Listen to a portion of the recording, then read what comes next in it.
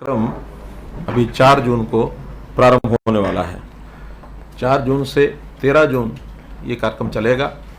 और जैसे पता है कि इससे पहले 2 बार खेलो इंडिया हो चुका है देश के विभिन्न भागों में, और इस बार हमारा सौभाग्य है और मैं केंद्र सरकार प्रधानमंत्री जी और हमारे खेल मंत्री उनका धन्यवाद भी करता हूं कि इस बार का जो खेलो इंडिया का कार्यक्रम उसकी मेज़बानी हमें हरियाणा के लोगों को मिली है और हम इसको उनकी मेज़बानी के नाते से बिल्कुल तैयार हैं। सब व्यवस्थाएं हमारी जो तैयार हो चुकी हैं। प्रधानमंत्री जी ने वैसे तो बहुत से मिशनरी लेवल के जो काम हैं वो हमेशा हमारे सामने कुछ ना कुछ रखते रहे हैं, लेकिन एक खेल जो है ये भी उनका एक ड्रीम मिशन है कि खेल के माध्यम से हम दुनिया में अपना कैसे नाम कमाएं और कैसे अपना स्थान बढ़ाएं। और उसमें हम सौभाग्यशाली हैं कि हरियाणा का योगदान देश के सब प्रांतों में सबसे ज़्यादा इसके अंदर है। लेकिन विद इन कंट्री देश के प्रांतों में भले ही हम आगे हैं, लेकिन इंटरनेशनली जितना देश को आगे बढ़ाना चाहिए उसमें अभी पीछे हैं। उसमें हम हरियाणा के लोग अपनी जिम्मेदारी मान करके और इसको खूब आगे बढ़ाएंगे। ये जो खेलो इंडिया का कार्यक्रम है ये जैसा बताया 10 दिन तक चलेगा।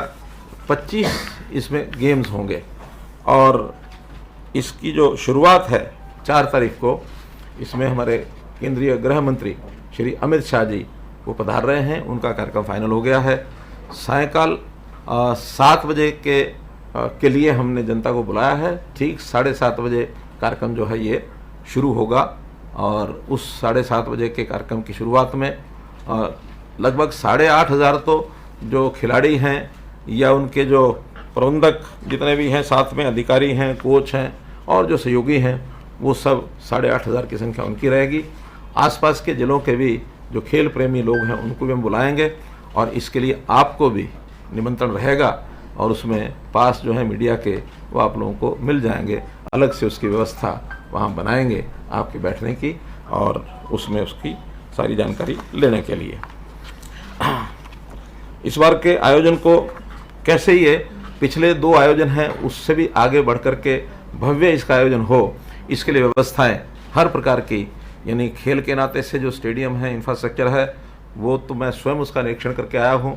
हर प्रकार के खेल खेलने के लिए और बहुत अच्छा एक प्रेमिसेस ये तैयार किया गया है।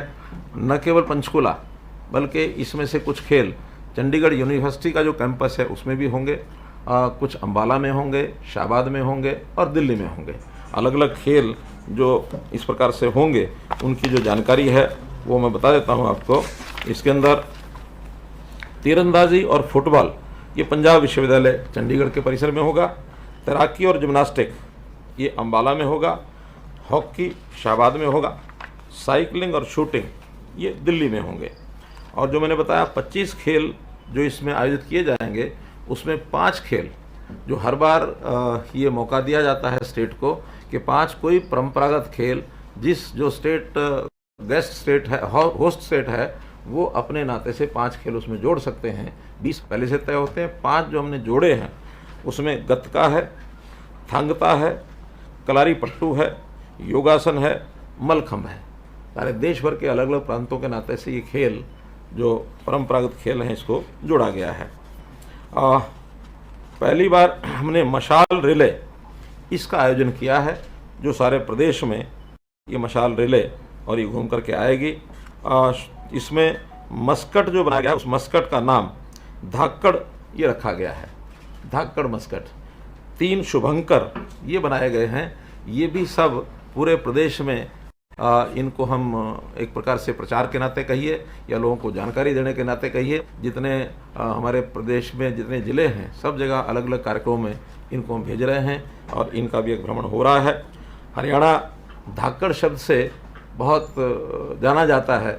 यहाँ का जवान भी धाकड़ है, यहाँ का किसान भी धाकड़ है और यहाँ का पहलवान भी धाकड़ है। तो अब हमारा हरियाणा इस धाकड़ संस्कृति को और आगे बढ़ाए, अर्थात सबसे आगे रहने वाला ये एक प्रकार का हिम्मत वाला ये प्रदेश है।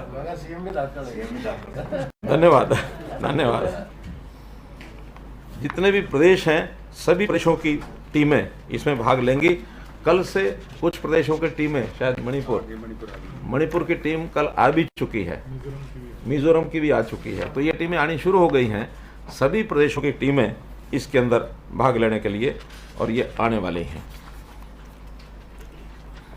इनकी सबकी ठहरने की व्यवस्था, इनके वाहन व्यवस्था, सुरक्षा व्यवस्था और केटरिंग की व्यवस्था, ये सब हमने इंतज़ाम इसके कर लिए हैं। सबके कॉन्ट्रैक्ट हो गए हैं और अपनी अपनी व्यवस्था में सब लोग लगेंगे। कुल मिलाकर पूरे खेल के समय में इनकी मॉनिटरिंग ठीक से हो, कोई कठिनाई ना आए, उसको प्लानिंग जैसे पहले बनाई जाती है, फिर प्लानिंग का क्रियान्वयन उसका कैसे हो, इसके लिए सभी विभागों के जो हमारे ऑफिसर हैं उसमें हमने लगाए हैं। जो यंग ऑफिसर्स हैं वो लगातार 10 दिन अपने अपने कामों को सब संभालेंगे और ये सारी व्यवस्था हो गई है।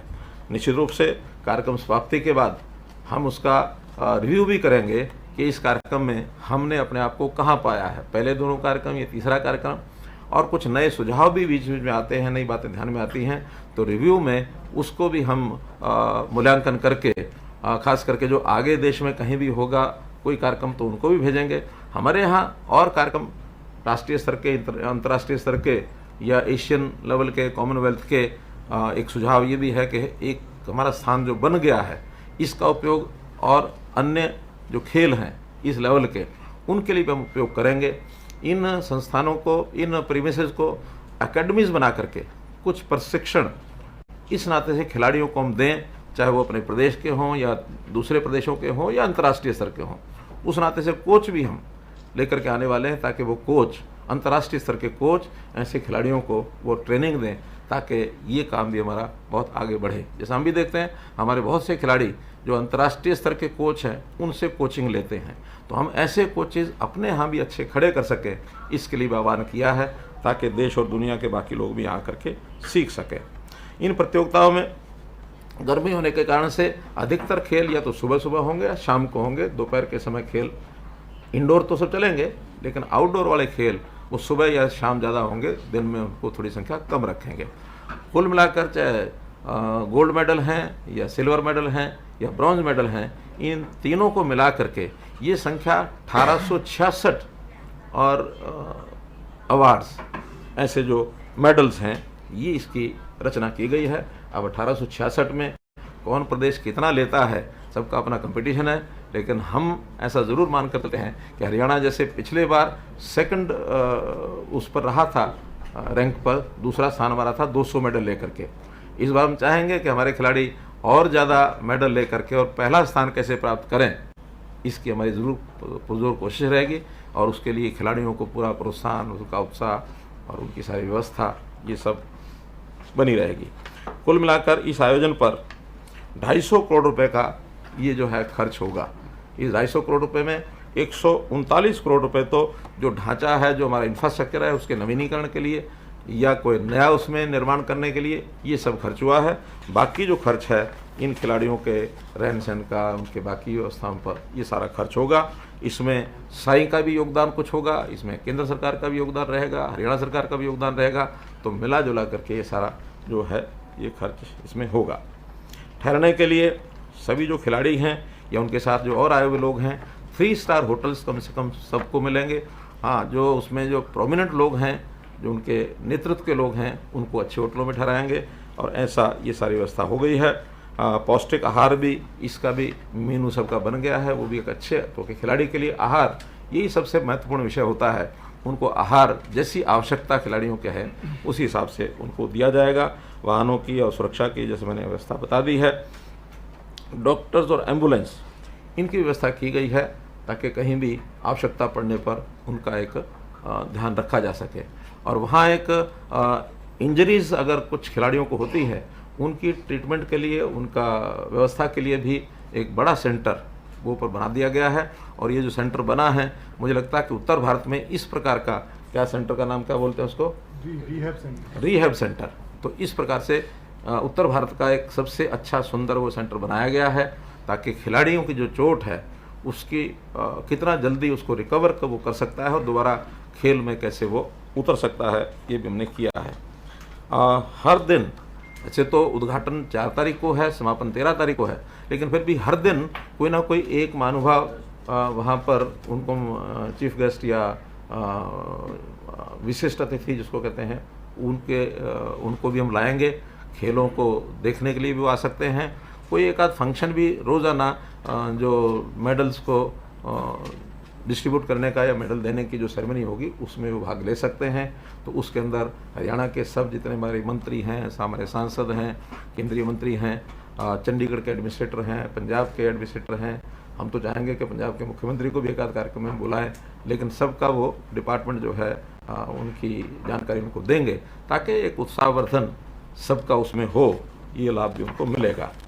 पूरा जो शो है वो अलग अलग चैनल्स पर ये दिखाया जाएगा। ये जो कॉन्ट्रैक्ट हो गया है वो तो स्टार स्पोर्ट्स के साथ है, एक डिज्नी हॉटस्टार है और डीडी नेशनल, ये जो चैनल हैं ये डायरेक्ट रिले करेंगे और कोशिश करेंगे कि आपको भी फीड जो है उसका अवेलेबल हो जाए कि उस फीड में से आप भी उसके जो सीन्स हैं वो अपने अपने चैनल्स को भेज सकें ताकि उन चैनल्स पर वो दिखाया जा सके।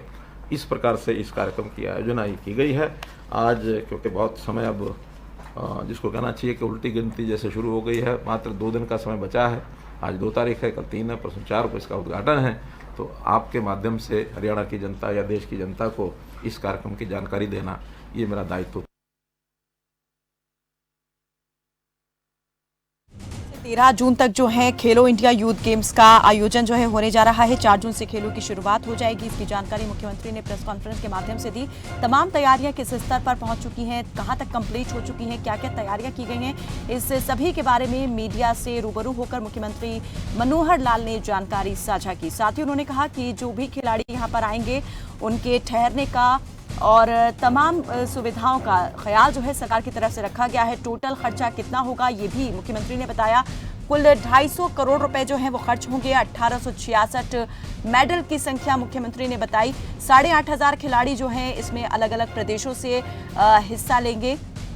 कहां कहां पर गेम्स होने हैं, कौन कौन से गेम्स होने हैं, इसकी जानकारी भी मुख्यमंत्री ने इस प्रेस कॉन्फ्रेंस के माध्यम से दी है। चलिए, बुलेटिन में फिलहाल बस इतना ही। दीजिए इजाजत, नमस्कार। आप देख रहे हैं खबर फास्ट, तेज खबर, पैनी नजर।